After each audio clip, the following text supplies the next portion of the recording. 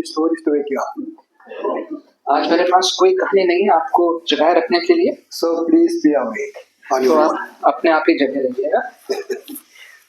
So in 2019, I finished a series of messages from the book of Jeremiah. 2019 में मैंने एक श्रृंखला थी पूरी, उससे मैंने वचन दिया था और ये यिर्मयाह के ऊपर था। Today I am repeating one of those sermons that I preached about 5 years back. और 5 वर्ष पहले जो मैंने संदेश दिए थे उसमें से एक संदेश जो है उसको आज मैं दोहराऊंगा। Because this particular sermon answers one of our most important questions: why God doesn't do anything when something wrong goes on in our life or the people around us. और ये जो पद है वो इस बात का जवाब देता है, देखते हैं कि जब कोई चीज गलत होती है हमारे जीवनों में तो उस वक्त कभी कभी ऐसा दिखता है कि परमेश्वर जो है वो कुछ नहीं करते हैं, ऐसा क्यों होता है। Now, Jeremiah was the last prophet before Judah went into captivity to Babylon. और जिससे पहले यहूदा जो था वो बंधुआई में, बेबीलोन की बंधुआई में चला गया, तो यिर्मयाह जो था वो अंतिम नबी था। Jeremiah prophesied for 40 years to those people. और 40 वर्षों तक यिर्मयाह ने यहाँ पे नबी का काम किया था, भविष्यवाणियां करी थी। During this time, there are 5 different kings ruled Judah. और इस समय के दौरान 5 अलग अलग राजा जो थे वो यहूदा में राज उन्होंने किया। Now, if you go through Jeremiah, we could see God was pouring His heart out to the people.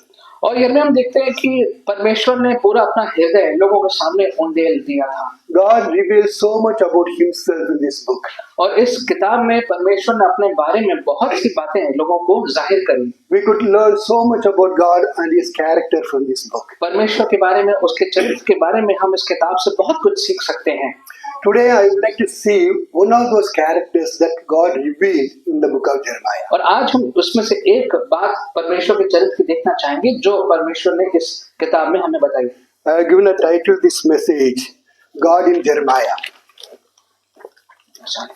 I have given a title to this sermon, God in Jeremiah. और मैंने जो एक शीर्षक दिया है वो ये कि यिर्मयाह में परमेश्वर।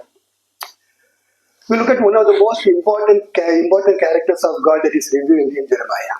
और यिर्मयाह में हम एक बहुत ही महत्वपूर्ण परमेश्वर के चरित्र की एक बात को हम देखते हैं, That is long suffering of God. और ये है कि परमेश्वर जो है वो देर तक हमारे साथ अपने आप को बना के रखता है। Now, when Moses was with God in Mount Sinai, जब मूसा जो था वो सिनाई पर्वत के ऊपर था, he told God, "Show me your glory." और उसने कहा कि परमेश्वर मुझे आपकी महिमा को देखना है।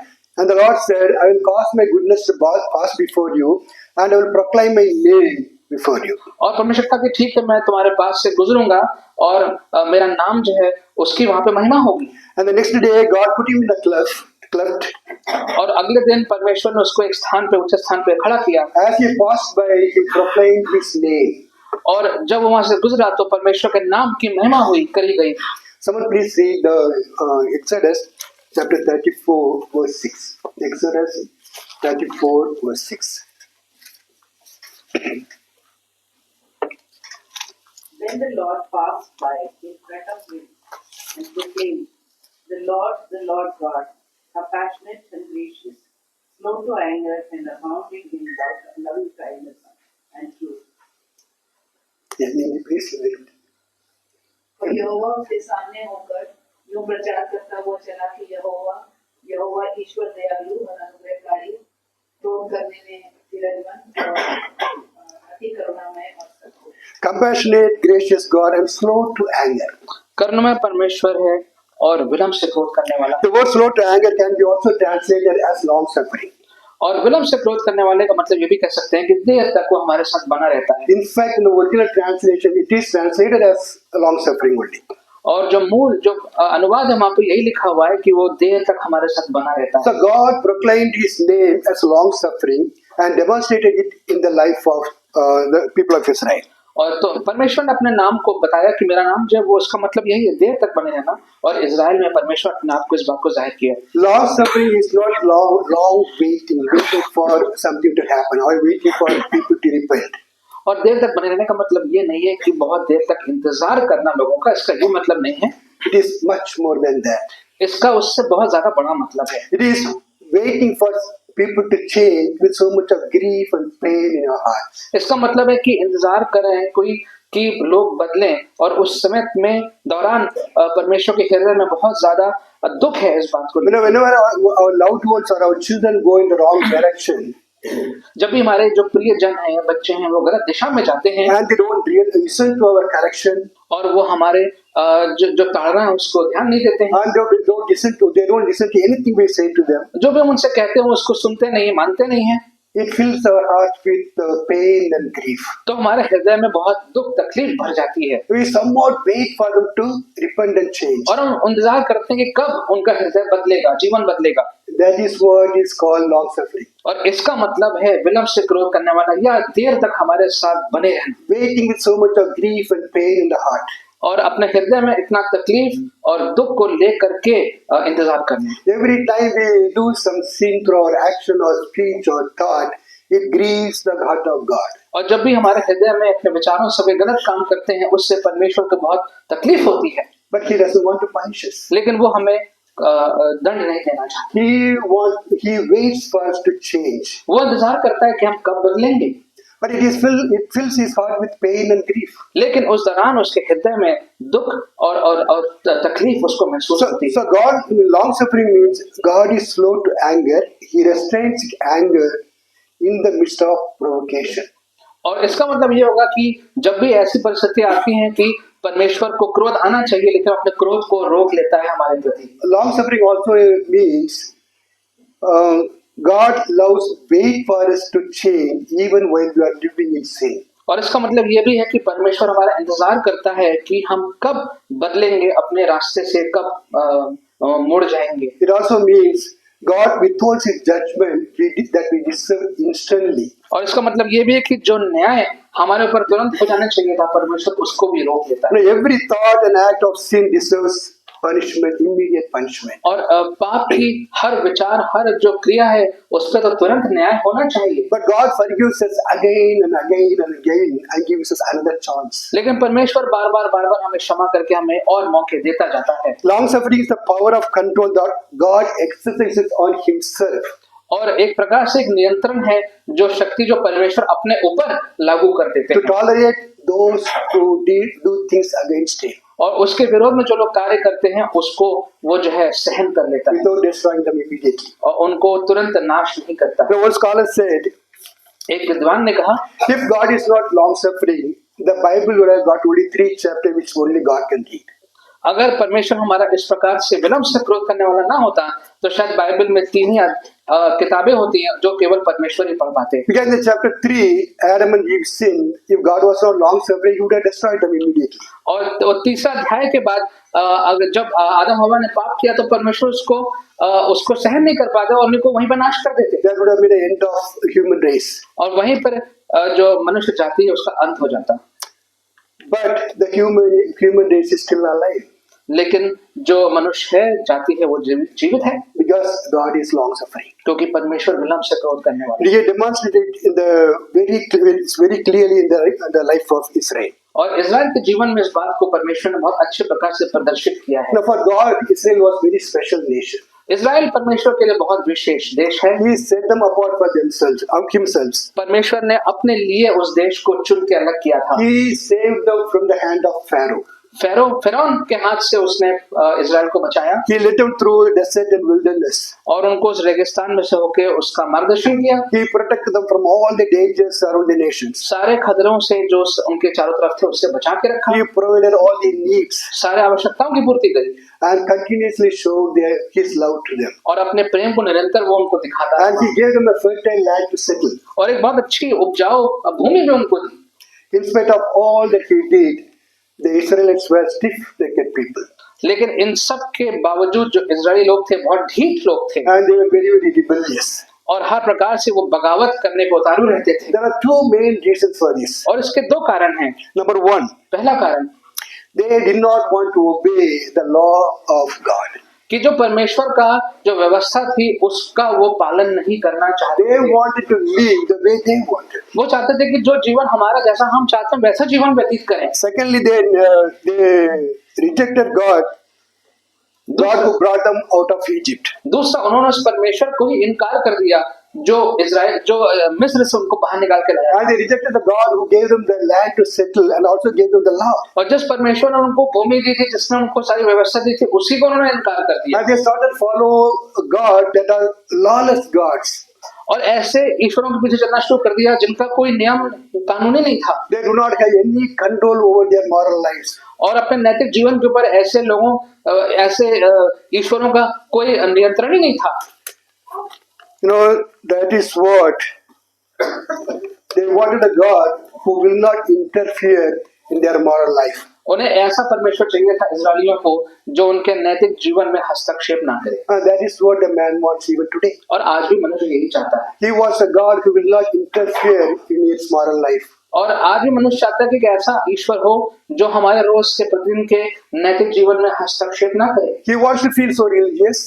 और मनुष्य चाहता है कि हम बहुत धर्मी हम बने, At the same time, he wants to do all that he wants to do and live the way he wants. लेकिन साथ में हम ये भी चाहते हैं कि जो भी हम करना चाहते हैं, जैसा जीवन व्यतीत करना चाहते हैं, वो भी हम करते रहें। There are so many religions who offers that kind of way, और that kind of freedom. बहुत से ऐसे धार्मिक विचार हैं जो इस प्रकार की स्वतंत्र भाव हमें देते हैं, That we could see in our own nation. जो अपने देशों में देख सकते हैं। You can do anything you want to live. आप कुछ भी कर सकते हैं अपने जीवन के लिए। Anything means anything you can do, but still you can feel so religious. आप कुछ भी कर सकते हैं, जैसा चाहे कर सकते हैं, फिर भी आप बहुत अपने आप को धर्मी महसूस कर सकते हैं। He does not want the moral law to control his life.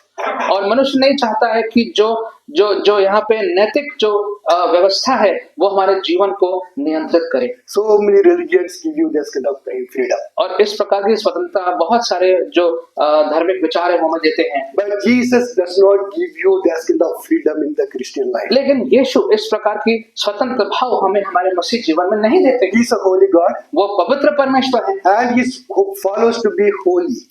और वो चाहता है कि हम जो है जो उसके पीछे चलने वाले हैं वो भी पवित्र रहें।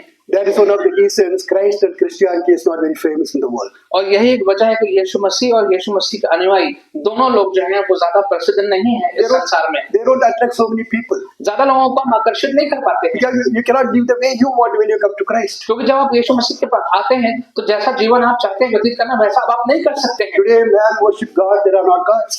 आज मनुष्य ऐसे ईश्वरों की आराधना करता है जो है ही नहीं ईश्वर, Because they don't want to interfere in his moral life. क्योंकि वो चाहते हैं कि ऐसा परमेश्वर हो जो हमारे नैतिक जीवन में हस्तक्षेप ना करे। He does not want a God who will control his moral life. और मनुष्य चाहता है कि ऐसा कोई परमेश्वर ही हमारे उसमें जीवन में ना आए जो हमारे आत्मिक नैतिक जीवन को नियंत्रित करे। So the main complaint God had against Israel was that they left the true God and worshipped gods that are not gods. और जो मुख्य शिकायत यहोवा की थी वो ये कि इजरायलियों ने सच्चे परमेश्वर को त्याग दिया और उसके बदले में ऐसे प्रकार के अनैतिक परमेश्वरों के पीछे चलना शुरू कर दिया। Someone please read Jeremiah chapter 2 verse 13. Jeremiah chapter 2 verse 13.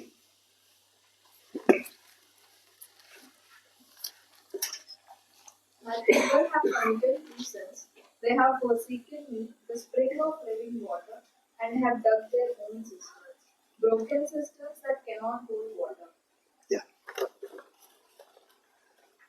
Yes, in Hindi please. क्योंकि मेरी प्रजा ने दो बुराइयां की हैं, उन्होंने मुझे बहते जल के सोते को त्याग दिया है और उन्होंने हौद बना ली है, वरन ऐसे हौद जो टूट गए हैं और जिसमें जल नहीं रह सकता। No, that was what God's main complaint. ये परमेश्वर की मुख्य शिकायत है। They had forsaken him, the living water who could satisfy their soul.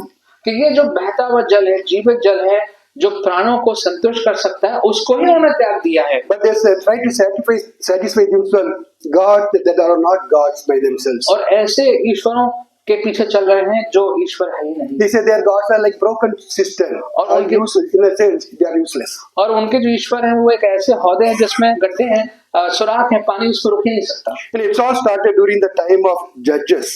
और ये सब जो है वो न्यायियों के समय में ये सब बातें शुरू हुई। So please read Judges chapter 2 verse 12 to 12, 10 to 12, 10, 11 and 12. Judges chapter 2 verses 10 to 12. Cross over to the coast of Cyprus and look. Send together and observe closely. See if there has been anything like this. has a nation ever changed its God? Yet they are not gods at all. But my people have exchanged their glorious God for worthless idols. Is it Judges 2, chapter 10 to 12? After that whole Yeah. generation had been gathered to the Yeah. ancestors, another generation grew up who knew neither the Lord nor what he had done for Israel. Then the Israelites did evil in the eyes of the Lord and served the Baals. और उस पीढ़ी के सब लोग भी अपने अपने पितरों में मिल गए। तब उसके बाद जो दूसरी पीढ़ी हुई, उसके लोग ना तो यहोवा को जानते थे और ना उस काम को जो उसने इस्राएल के लिए किया था। इसलिए इस्राएली वे करने लगे जो यहोवा की दृष्टि में बुरा, और बाल नाम देवताओं की उपासना करने लगे। वे अपने पूर्वजों के परमेश्वर यहोवा को और उन्हें मिस्र देश से निकाल लाया था त्याग कर पराये देवताओं की उपासना करने लगे और उन्हें दंडवत किया और यहोवा को रिश्ते लाए। ठीक है। The new generation knew neither the Lord and what He had done. जो नई पीढ़ी थी वो ना परमेश्वर को जानते थे ना परमेश्वर के कार्यों को जानते थे। After Joshua, there was a new generation which did not know the Lord or यहोशू what के He had बाद done. यहोशू के बाद एक नई पीढ़ी थी जो परमेश्वर और उसके कार्यों को नहीं जानते थे। Do you know why? जानते हैं ऐसा क्यों हुआ? Any answer? Because the Joshua generation failed to teach their children about God. क्यों? क्योंकि जो यहोशू की जो पीढ़ी थी उन्होंने अपने बच्चों को परमेश्वर के बारे में नहीं सिखाया। Because the children grew up without knowing the Lord. तो जो बच्चे थे वो बगैर परमेश्वर को जाने हुए ऊपर बढ़ने लगे। No, Joshua generation disobeyed God's command that He gave them. जो यहोशू की जो पीढ़ी थी उन्होंने परमेश्वर की आज्ञा का पालन नहीं किया। So God told them through Moses in Deuteronomy, fix this word of mine in your heart and in your minds. और मूसा के द्वारा परमेश्वर ने कहा था कि ये जो मेरे शब्द हैं इनको अपने दिल और दिमाग में बैठा लो। Teach them to your children. और इसको अपने बच्चों को भी सिखाना। Talk about them when you sit at home, जब घर पे रहते हो तो इसके बारे में बच्चों से बातचीत करना। when you walk on the road, जब सड़क पर चलते हो तब बात करना। when you go to lie down, जब सोने जाते हो तब, when you get up. जब उठते हो तब। You talk to your children about God and His word. और परमेश्वर से अपने बच्चों उसके बारे में बात। This was a command from God through Moses to Israelites. ये एक आज्ञा थी जो परमेश्वर ने मूसा के द्वारा इस्राएलियों को दी थी। But the generation of Joshua has failed to do that. लेकिन यहोशू की पीढ़ी इस बात को करने में असफल रही। So children grow up without knowing the Lord or what He has done. तो बच्चे बड़े हुए लेकिन बगैर परमेश्वर को जाने हुए वो आगे बढ़े। You know, today many boys and girls, the young generation of Christian children go walk far away from God and do lot of things that hurts. आज बहुत से मसीह परिवार के बच्चे हैं वो बड़े तो हैं मसीह तो हैं लेकिन वो परमेश्वर से बहुत दूर हैं। Because the parents failed to teach them when they were young children. क्योंकि जब वो छोटे थे तो बच्चों ने माँ बाप ने बच्चों को परमेश्वर के बारे में नहीं सिखाया। They focus so much on their children's education, but they don't care about whether the child knows the Lord or not. और वो बच्चों के शिक्षा पर तो बहुत ध्यान देते हैं लेकिन इस पे ध्यान नहीं देते कि बच्चे जो है वो परमेश्वर को जानते हैं। Looks like they are so much dependent on the Sunday school. और ऐसा लगता है कि वो संडे स्कूल पे पूरी तरह से आश्रित है। Sunday school is once a week. Sunday school तो हफ्ते में एक ही बार होता The child is with you all through the day. है। पूरे दिन हफ्ते बच्चा आपके साथ रहता है। It is very, very important for the children, parents teach the children at home. और आवश्यक है कि घर पे माँ बाप बच्चों को परमेश्वर के बारे में सिखाएं। If you don't teach your child when he is young, अगर जब आपका बच्चा जब छोटा है अगर उसको तब आप नहीं सिखाएंगे when he grows old, he will be far away from God. तो जब वो बड़ा हो जाएगा तो परमेश्वर से बहुत दूर चला जाएगा। That is what actually is happening in our country with so many Christian young boys and girls. और हमारे देश में हमारे मसीह लड़के लड़कियों के साथ यही हो रहा है। They did not obey God or did not teach their children, and their children did not know the Lord when they grew up. उन्होंने अपने बच्चों को परमेश्वर के बारे में नहीं सिखाया और जब वो बड़े हुए तो वो परमेश्वर को जानते ही नहीं थे। And the children who grew up did evil in the eyes of the Lord. और ये बच्चे जब बड़े हुए तो परमेश्वर की दृष्टि में इन्होंने गलत काम किया, बुरा काम किया And they started worshipping other gods. और दूसरे देवी देवताओं की उपासना करने लगे। We could see this all through the book of Judges. और ये सारी बात हम न्यायों की पुस्तक में देखते You हैं। know, whenever the Lord punished them, they told to him once they are here, okay, they will go back again. और जब भी परमेश्वर ने उनको दंड दिया तो फिर वो कुछ समय के लिए परमेश्वर के वापस आ गए कि नहीं ठीक है, अब आपके पीछे हम चलेंगे। So this went on for 300 years. ये 300 साल तक यही होता रहा During the 300 years, different judges ruled that nation. और 300 वर्षों तक अलग अलग जो न्यायी थे वो वहां पे राज कर रहे थे। Then came the United Kingdom stage. उसके बाद फिर वो जो था वो साम्राज्य पूरा बन गया There were 3 kings during that time: और उसमें 3 राजा थे। Saul, David, and Solomon. उसमें सौल था, दाऊद था और सुलेमान था। They all ruled 40 years each. इन तीनों ने 40 वर्ष, So that's about 120 years. 120 वर्ष यहाँ निकल गए। Then the kingdom broke into 2. उसके बाद जो साम्राज्य था वो 2 भागों में बढ़ गया। Southern kingdom and Northern kingdom. वो उत्तर और दक्षिण के में बढ़ गया। Northern kingdom existed for 210 years. Then went into exile to Assyria. और जो उत्तर वाला जो था वो 210 वर्ष के बाद फिर वो वनवास में चला गया। But the southern kingdom existed for 325 years. लेकिन जो दक्षिण का राज्य था वो 325 वर्ष तक जीवित रहा। And so total of is about 780 years of waiting. और 780 साल हम कह सकते हैं इंतजार का समय रहा। While people were going away from God and were doing evil things, God waited for 780 years with so much of pain and grief in his heart. और 780 साल हम देख सकते हैं तकरीबन कि जब लोग परमेश्वर से दूर जा रहे थे, उसके पीछे नहीं चल रहे, तो भी परमेश्वर उनके लिए इतने तकलीफ के साथ, दुख के साथ उनका इंतजार कर रहा है। God was watching all that they did during those 780 in years. 780 साल में परमेश्वर उनकी हर एक बात को देख रहा था कि वो क्या कर रहे हैं। They forsook him and started worshipping other gods. उन्होंने परमेश्वर को त्याग दिया, दूसरे देवी देवताओं की आराधना करने लगे They wanted to be free from him, so they broke his yoke on them. और वो उससे मुक्त होना चाहते थे, इसलिए उससे अलग हो गए। They worshipped images. वो अलग अलग आकृतियों की आराधना करने लगे। They did evil in the eyes of the Lord. परमेश्वर की दृष्टि में उन्होंने बुरा काम करना शुरू कर दिया They were deceitful. और वो धोखा करना शुरू किया। They set the images in the temple of the Lord. परमेश्वर के भवन में उन्होंने अलग अलग प्रतिमाओं को लाके रख दिया They brought their sons and daughters to their heathen gods Molech. और मोलेक नाम के जो ऐसे दूसरे देवी देवता थे उनमें अपने बच्चों की बलि चढ़ा दी They did not listen to correction. और जो उनको ताड़ना दी गई उसको उन्होंने नहीं सुना। They did not listen to the messages they were sent to them. जो संदेशों को उनको भेजा गया, नबियों को, उनकी बात नहीं सुनी। During this 325 there were 20 kings. Out of 20, only 8 kings were righteous kings, 12 kings were evil kings. और इन वर्षों में 20 राजा थे, उसमें सिर्फ अच्छे राजा 8 थे। The priests ruled by their own authority. जो याजक थे वो अपने आप से ही सारी व्यवस्था को चला रहे थे। The prophets and priests practiced deceit. They said peace, peace when there was no peace in the nation. जो नबी थे, जो लोग थे उस समय के बहुत से, वो कह तो रहे थे शांति शांति, लेकिन कहीं शांति नहीं थी। People were behaving like hypocrites. They pretend to be drawing close to the Lord, but actually they were not. और जो लोग थे वो दोहरा जीवन व्यतीत कर रहे थे, ऐसा दिखाते थे कि वो प्रभु के पीछे हैं, लेकिन वास्तव में प्रभु से बहुत दूर। When they were doing all this, what did God do? जब ये सब हो रहा था तो परमेश्वर ने क्या किया? He suffered and waited. तो उसको तकलीफ हुई और उसने सहन किया और इंतजार करता है। That is why he calls himself long-suffering God. इसलिए वो अपने आप को विलंब से क्रोध करने वाला, देर तक हमारे साथ बने रहना दुख में। He said in Jeremiah chapter 3 verse 19, I thought you will call me father. उसने यह में 23 में कहा कि मैंने तो सोचा कि तुम मुझे पिता कह के संबोधित करोगे And not turn away from me.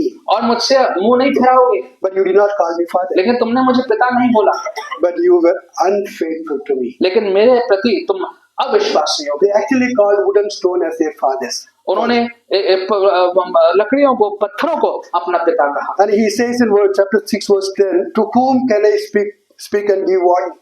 और 6:10 में परमेश्वर कहते हैं कि किससे बात करके किसको मैं चेतावनी दूं? Who will listen to me? कौन मेरी बात सुनेगा? Their ears are closed so that I cannot speak to them. और उनके तो कान बंद हैं, तो वो मेरी बात ही नहीं सुनेंगी। My words are offensive to them. जो मैं कहता हूँ, मेरे सारे शब्द उन्हें बुरे लगते हैं। I spoke to you again and again, मैंने तुमसे बार बार बातचीत करी, but you did not listen to me. लेकिन तुमने मेरी बात नहीं सुनी। I called you, but you did not answer. मैंने तुम्हें पुकारा, लेकिन तुमने जवाब नहीं दिया। You know, all these verses, we see so much of pain and grief of God. और इन सारे पदों में हम परमेश्वर के हृदय की परिस्थिति देख सकते हैं, कितना दुख तकलीफ उसके हृदय में ये देख सकते I considered you as my sons and daughters. हैं। मैंने तो तुम्हें अपना बेटे और बेटियां माना, But thought you will call me father. मैंने सोचा कि तुम मुझे पिता कहोगे। I tried to speak to you and warn you.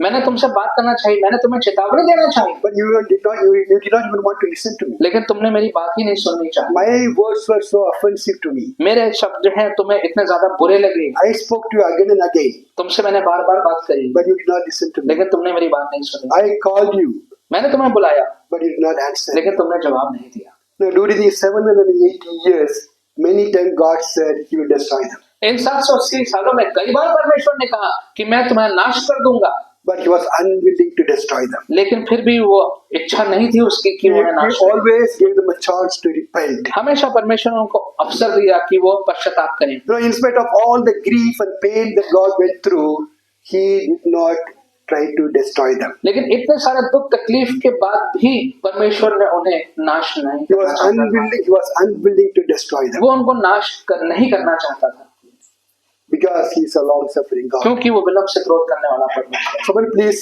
read Jeremiah 26 verses 2 and 3, the portion that we read today. Thus says the Lord, stand in the courts of the Lord's house and speak to all the cities of Judah who have come to worship in the Lord's house all the words that I have commanded you to speak to them. Do not omit a word. Perhaps they will listen and everyone will turn from his evil way, that I may repent of their calamity which I am planning to do to them because of the evil of their deeds. यहोवा के भवन के आंगन में खड़ा होकर यहूदा के सब नगरों के लोगों के सामने जो यहोवा के भवन में दंडवत करने को आए, ये वचन जिनके विषय उनसे कहने की आज्ञा मैं तुझे देता हूँ कह दे। उनमें से कोई वचन मत रख छोड़। संभव है कि वे सुनकर अपनी अपनी बुरी चाल से फिरेंगे और मैं उनकी हानि करने से पछताऊं जो उनके बुरे कामों के कारण मैंने ठाना था। Even after all that they did for 780 years, He says, give them one more chance. और 780 वर्ष तक जो उन्होंने सारे गलत काम किए, तब भी वो कह रहा है कि इनको एक मौका और दे दो। Perhaps they will listen to me and change, शायद मेरी बात को सुन के वो बदल जाएंगे, so that I do not need to destroy them. ताकि मुझे उन्हें नाश ना करना पड़े। No, He, with so much of grief and pain, He waited for 700 years, unwilling to destroy them. इतने दुख तकलीफ के बाद 780 वर्ष उसने इंतजार किया, We worship the same God. और इसी ईश्वर की आराधना करते हैं। It is not just for the Israelites, it's for us also. ये केवल इजरायलियों के नहीं, ये हमारे लिए भी है। How many times that we have grieved God and filled His heart with pain? कितनी बार ऐसा हुआ है कि प्रभु के हृदय को हमने चोट पहुंचाई, तकलीफ पहुंचाई है, Through our thoughts, action and speech. अपने विचारों से, अपने कार्यों से, अपने वचन से, But He has not destroyed us. लेकिन उसने हमें नाश नहीं किया है। For Israel it was for 780 years, but for some of us it may be 20 years, 30 years, 40, 50, 60 years. इजरायलियों के लिए तो 780 वर्ष थे, हमारे लिए हो सकता है 20, 30, 40 साल हो, He is patiently waiting for us to change और वो धीरज रखते हुए इंतजार करता है कि हम कब बदलेंगे, because He doesn't want to destroy us. He is a long-suffering God. क्योंकि वो हमें नाश नहीं करना चाहता है। वो विलंब से क्रोध करने वाला, देर तक बने रहने वाला परमेश्वर है। You know, when I was preparing this message, re-preparing in fact, जब मैं इस संदेश को दोबारा तैयार कर रहा था, I actually cried और मैं रोने लगा, because I know I have grieved God so much. क्योंकि मुझे मालूम है मैंने परमेश्वर को kiतना दुख पहुंचाया है, But still, God has kept me alive. I could preach लेकिन फिर भी परमेश्वर ने मुझे जीवित रखा है ताकि मैं इस वचन को फिर से प्रचार करने पाऊं, because He's a long-suffering God. क्योंकि वो विलंब से क्रोध करने वाला परमेश्वर है। Sometimes we all need to examine ourselves.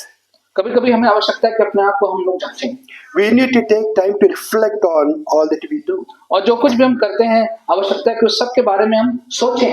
all that we do, think or speak. जो भी हम करते हैं, सोचते हैं, बोलते हैं, उसके बारे में विचार करें। If there is anything that grieves God in our lives, we need to confess and repent. उसमें से कोई भी ऐसी बात है जिससे परमेश्वर को दुख होता है, उसको हम परमेश्वर के सामने उस बात को अंगीकार करें और पश्चाताप करें। But we should examine it on the basis of the scripture. लेकिन उसकी जब जांच करें तो हम उसको वचन के आधार पे उसकी जांच। But very often we measure our spiritual life according to the blessing that we receive from God. कई बार अपने आत्मिक जीवन को हम जो है उसका मापदंड हम सोचते हैं कि जो हमें आशीषें प्राप्त हुई हैं उससे उसको हम तुलना करते We हैं। think God has blessed me so much, so I am okay. हम सोचते हैं परमेश्वर ने तो हमें इतना आशीषित किया है तो मैं ठीक हूँ। You know, sometimes even when you are on the wrong side, walking away from God, God doesn't withhold His blessing because He is a long-suffering और God. कभी कभी जब हम परमेश्वर के रास्ते से दूर हो जाते हैं, गलत दिशा में जा रहे हैं, तब भी परमेश्वर अपने आशीष हमको देता रहता है। So we cannot depend on our blessing to measure my spiritual तो life. इससे जो हमें आशीष प्राप्त हुई है उस पे निर्भर करके हम ये नहीं कह सकते हैं कि हमारा जीवन सही है कि नहीं। Our spiritual life is measured only on the basis of the Word of God. जो हमारा आत्मिक जीवन है उसका परीक्षण हम कर सकते हैं केवल वचन के आधार पे। Throughout their journey from Egypt to Canaan, Israelites were sinning greatly against the Lord. और मिस्र से कनान देश तक जो यात्रा थी उसमें इजरायलियों ने कई प्रकार से कई पाप किए, But they never lacked anything. लेकिन उन्हें कोई कमी नहीं हुई। After 40 years of journey from Egypt to Canaan, और 40 वर्ष की इस यात्रा के बाद Moses told them, मूसा ने उनसे कहा these 40 years the Lord your God has been with you and you have not lacked anything. कि 40 वर्षों तक तुम्हारे साथ परमेश्वर रहा और तुम्हारे पास किसी बात की कमी नहीं हुई, He kept providing all the needs. सारी आवश्यकताओं की पूर्ति करता रहा And He also answered all their prayers. और तुम्हारे सारे प्रार्थना को उत्तर भी देता रहा। They asked for food and He gave them food. Manna. तुमने खाना मांगा, तुमको उसने स्वर्ग से मन्ना दिया, They asked for meat and He gave it to them abundant. और तुमने उनसे मांस मांगा, वो भी खाने को दिया, He protected them from all their enemies. और सारे शत्रुओं से बचा के रखा। He did all these things not because they were righteous, but because He was a long-suffering God. He's a long-suffering और ये God. सब परमेश्वर ने किया इससे नहीं क्योंकि इजरायली जो धार्मी थे, लेकिन इसलिए क्योंकि परमेश्वर विलंब से क्रोध करने वाला परमेश्वर है। His long-suffering comes out of His great love for us. और क्योंकि वो हमसे इतना प्रेम करता है, इसलिए हम देखते हैं कि वो So we can never measure our spiritual life with the blessing that we receive. इसलिए जो आत्मिक हमें जो आशीषें मिली हैं उससे हम अपने आत्मिक जीवन को कभी भी तुलना नहीं कर सकते। It can be measured only by the Word of God. उसको हम केवल परमेश्वर के वचन से हम तुलना कर सकते हैं, जान सकते हैं। It is important to measure ourselves to see if we are grieving Lord through our thoughts, action, and speech. और आवश्यक है कि हम इस बात को जांचें कि अपने विचारों से, शब्दों से कहीं हम परमेश्वर को तकलीफ तो नहीं दे रहे हैं, Repent before the time for discipline comes. और जिससे पहले कि वो अनुशासन का समय आ जाए उससे पहले हम पश्चाताप करें। Discipline will come if you keep walking in the same direction. अनुशासन अवश्य आएगा अगर हम उस गलत दिशा में जाते रहेंगे। Unfortunately, Judah never repented यहूदा जो था उसने कभी भी पश्चाताप नहीं किया because they never believed the Word of God. क्योंकि उन्होंने कभी परमेश्वर के वचन पर विश्वास नहीं किया। They thought the prophets are empty men who speak their own imagination. उनको लगा कि ये जो नबी हैं ये सब अपने मन से सब चीजें हमको बता So they never took warning. कभी उन्होंने चेतावनी नहीं दी। God's patience is infinite, परमेश्वर की जो धीरज है वो असीमित है, but not eternal. लेकिन अनंत काल की नहीं है। God can tolerate anything you do परमेश्वर हर चीज को सहन कर सकते हैं because His patience is so deep, क्योंकि उनका जो धीरज है वो बहुत गहरा है, but it is not eternal. लेकिन वो अनंत काल का नहीं है। The time will come for punishment. एक समय आएगा जब दंड की घोषणा करी After जाएगी। 780 years of long suffering, God poured His wrath on the nation. 780 साल के तक इंतजार करने के बाद परमेश्वर ने अपना क्रोध इस देश पे डाल दिया He was absolutely justified in what He did on this nation. और इस देश के लिए परमेश्वर ने जो भी किया उसमें वो बिल्कुल सही ठहरे। So the second character the Lord revealed in Jeremiah is wrath of God. और दूसरा जो हम परमेश्वर के चरित्र को देखते हैं इस अध्याय में वो है परमेश्वर का क्रोध। Actually, it is a forgotten doctrine. और ये जो शिक्षा है वो एक ऐसी शिक्षा है जिसको हम भूल चुके हैं। No one wants to talk about it or hear about it. कोई इसके बारे में ना बोलना चाहता है ना सुनना चाहता है। We would rather hear about God's grace, compassion, mercy, and love. हम तो परमेश्वर के अनुग्रह, उसके करुणा, उसके प्रेम के बारे में सुनना चाहते हैं। But the fact is, God's word talks more about God's wrath than God's love. सच ये है कि परमेश्वर का वचन जो है वो उसके क्रोध के बारे में ज्यादा बात करता है बजाय उसके प्रेम के। Jesus talked more about God, hell than heaven. परमेश्वर ने नरक की बात ज्यादा कही बजाय कि स्वर्ग की। You know, God's wrath is wholly hated for all that is unholy. Sorry. God's wrath is His wholly hated for all that is unholy. Wholly hated for all that is unholy. और परमेश्वर का जो गुस्सा है उससे सब लोग नफरत करते हैं। जो लोग सही काम नहीं करना चाहते हैं वो परमेश्वर के जो क्रोध है उससे नफरत करते हैं। It is His settled hostility towards sin. और हम देखते हैं कि मनुष्य जो है वो तो हमेशा परमेश्वर जो है वो हमेशा पाप के प्रति जो है वो उसके विरोध में रहता है। God is always hostile towards sin.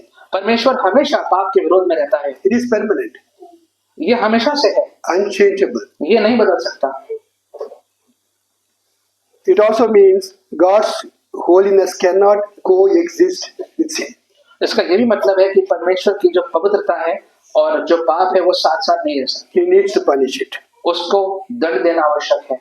But God's wrath is not His uncontrollable anger.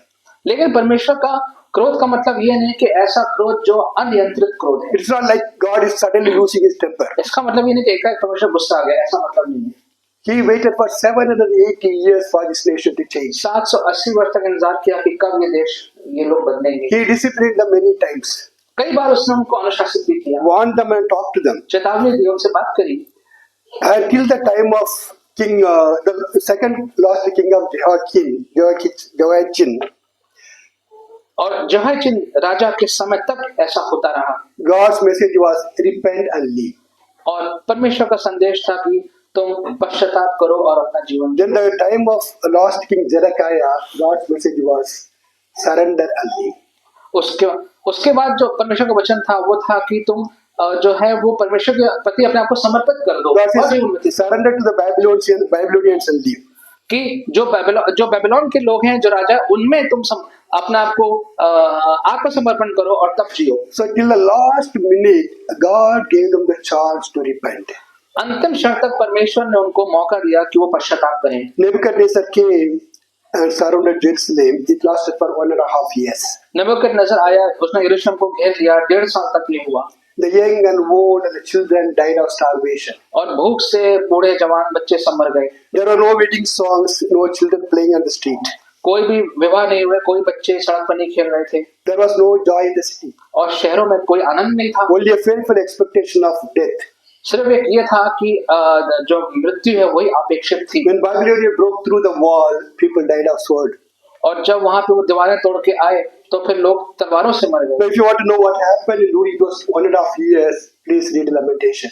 आप विलाप की पढ़ सकते हैं अगर आप जानना चाहते हैं कि उन 1.5 वर्षों में क्या हुआ। It explains in detail. वहां पे विस्तार से आप पढ़ सकते No, we learn two things from this whole chapter. हैं। इस पूरे अध्याय से हम 2 बातें सीखते हैं।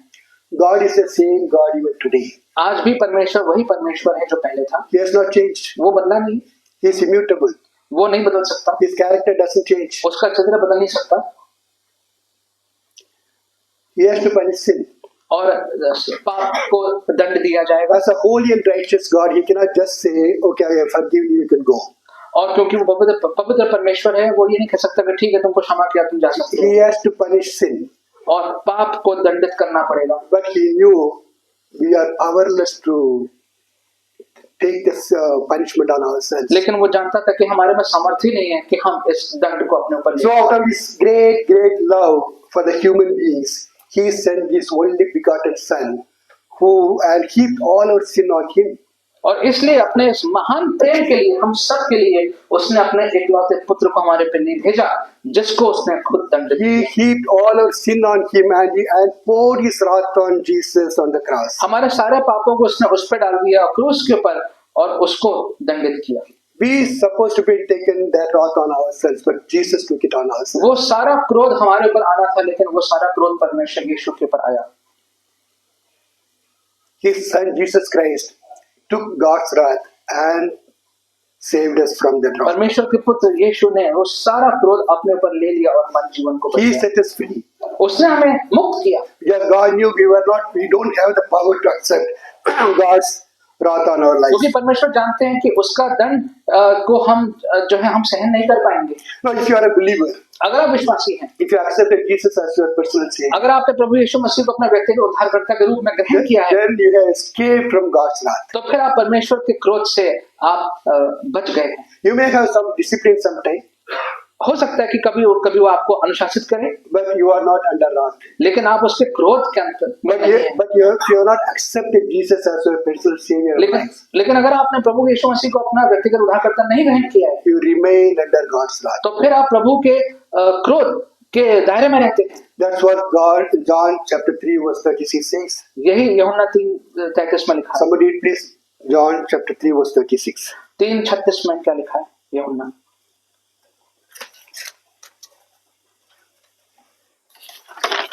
whoever believes in the Son has eternal life, but whoever rejects the Son will not see life, for God's wrath remains on them. So if you are a believer, you escape God's wrath.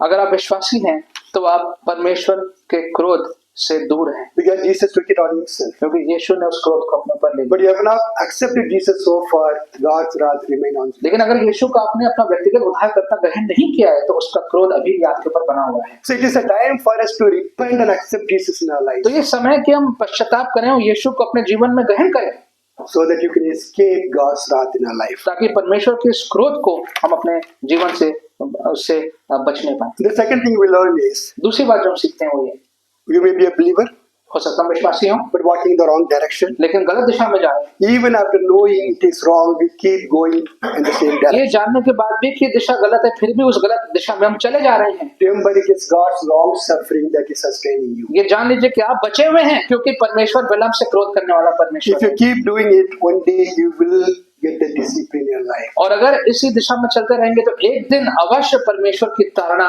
हमको You मिलेगी। escape God's wrath.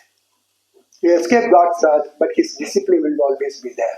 तो परमेश्वर के क्रोध से तो शायद कुछ समय बचे रहे, लेकिन उसकी ताड़ना हमको अवश्य मिलेगी। His discipline is sometimes very painful, कभी कभी उसका अनुशासन में बहुत तकलीफ होती है, very, very painful. बहुत तकलीफ होती है। If you don't want to go through the discipline, the only thing you can do is to repent. और अगर उस अनुशासन से नहीं गुजरना चाहते हैं तो एक ही रास्ता है कि हम पश्चाताप करें And change your ways and live a life that pleasing to God. और अपने जीवन को बदलें और ऐसा जीवन व्यतीत करें जिससे परमेश्वर प्रसन्न होते हैं।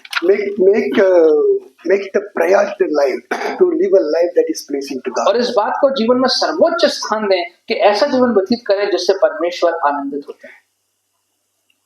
Let that be our desire in our lives. ये हमारे जीवन की सबसे प्रबल इच्छा होना चाहिए। To please God in whatever we do, speak, or think. जो भी हम करते हैं कहते हैं उन सब में परमेश्वर आनंदित होना चाहिए। Let us try to live a life that is pleasing to God. ऐसा जीवन व्यतीत करें जिससे परमेश्वर प्रसन्न रहते हैं And may the Lord help us to do that. और परमेश्वर हमारी सहायता करे इस कार्य में। Let's pray. आइए प्रार्थना करें। प्यारे पिता परमेश्वर, हम आपका धन्यवाद करते हैं कि आज के इस वचन में और कुछ कठिन बातों को हमने आज देखा और प्रभु जी ये सत्य बातें हैं। होने दीजिए परमेश्वर कि इन शिक्षाओं को हम बहुत गहराई से सीखें और उसको जीवन में हम अपने जीवन को जांच करें। Help us Lord that through this portion that we read today and we heard Lord, it's difficult, but Lord help us to go through it. Help us Lord to think about our lives in the light of what we have read and heard. Lord, we do want to confess so many times, Lord, we have gone in the wrong direction and perhaps some of us might be in the wrong direction. प्रभु जी, हम इस बात को मानते हैं कि कई बार हम गलत दिशा में चले जाते हैं और शायद कुछ लोग आज भी उस गलत दिशा में जा रहे हों। Help us, Lord, to stop and to repent and to turn around and to run back to you. प्रभु जी, होने दीजिए कि हम वहीं रुक जाएं और अपना पूरा रास्ता हम पूरा घूम जाएं और दौड़ते हुए आपके पास आने पाए। Enable us, Lord. We find ourselves incapable of doing it. Give us your grace, Lord. Give us the strength so that we will remain very close to you. प्रभु जी, अपना अनुग्रह करिए, प्रेम दीजिए परमेश्वर, सामर्थ दीजिए कि हम अपने आप को आपकी नजदीकी में पाएं। Help us, Lord, to not run away from the step of repentance. परमेश्वर, हमें सामर्थ दीजिए कि पश्चाताप वाले कदम से हम भागे ना। Help us, Lord, to repent for things we need to and to be close to you. प्रभु जी, जिन चीजों से हमें पश्चाताप करना है, सामर्थ दीजिए कि हम वो करें और आपकी नजदीकी में बने रहें। In Jesus' name we pray. Amen.